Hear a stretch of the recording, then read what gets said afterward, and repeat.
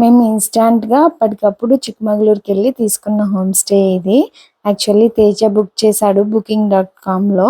But ఏమైంది అనేది వ్లాగ్స్‌లో చెప్తాను. ఈ మినీ వ్లాగ్స్‌లో ఎక్కడో ఒక చోట. ప్రెజెంట్ అయితే ఇది మేము చూస్ చేసుకున్న హోమ్ స్టే. చాలా ప్రశాంతంగా, చాలా పీస్‌ఫుల్‌గా ఉండింది. నేచర్‌కి చాలా దగ్గరలో ఉన్నట్లు.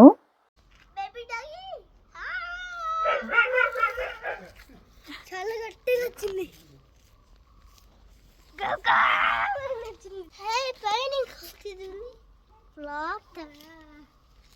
తేజ అక్కడ ప్రశాంతంగా కూర్చొని ఉన్నాడు. ఎందుకంటే మార్నింగ్ నుండి జర్నీ మేము booking.comలో బుక్ చేసుకున్నామని చెప్పా కదా. సో అది క్యాన్సిల్ అయింది. ఇది సెర్చ్ చేసుకోవడానికి చాలా టైమే పట్టింది. వాళ్ళకి కాల్ చేసి రిపీటెడ్గా లైక్ 40 మినిట్స్ తర్వాత మీకు అప్డేట్ ఇస్తాము, హాఫ్ అన్ అవర్ తర్వాత అప్డేట్ ఇస్తాము అలా ఉండిండే. సో ఆ టైం అంతా మాకు నియర్లీ ఒక 1.5 or 2 hours అయితే వేస్ట్ అయిపోయింది. సో ఈ మెయిన్ వైపు మేము ఏం చేసామంటే లంచ్ చేసాము, ఆ టైం వేస్ట్ కాకుండా ఉండేకి. మిన్ను అయితే ఇక్కడ ఫుల్ ఎంజాయ్ చేస్తున్నాడు. వర్త్ ఆ 2 hours వేస్ట్ అయినా కూడా చాలా మంచిగా ఎంజాయ్ చేశాడు మిన్ను అయితే.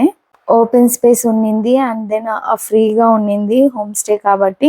పక్కనే ఓనర్ వాళ్ళు కూడా ఉంటారు. వాళ్ళకి పిల్లలు ఉన్నారు, 2 kids ఏమో ఉన్నారు. సో అంత భయం అని కూడా అనిపించలేదు, లైక్ అవుట్స్కట్స్లో ఉన్నా కూడా.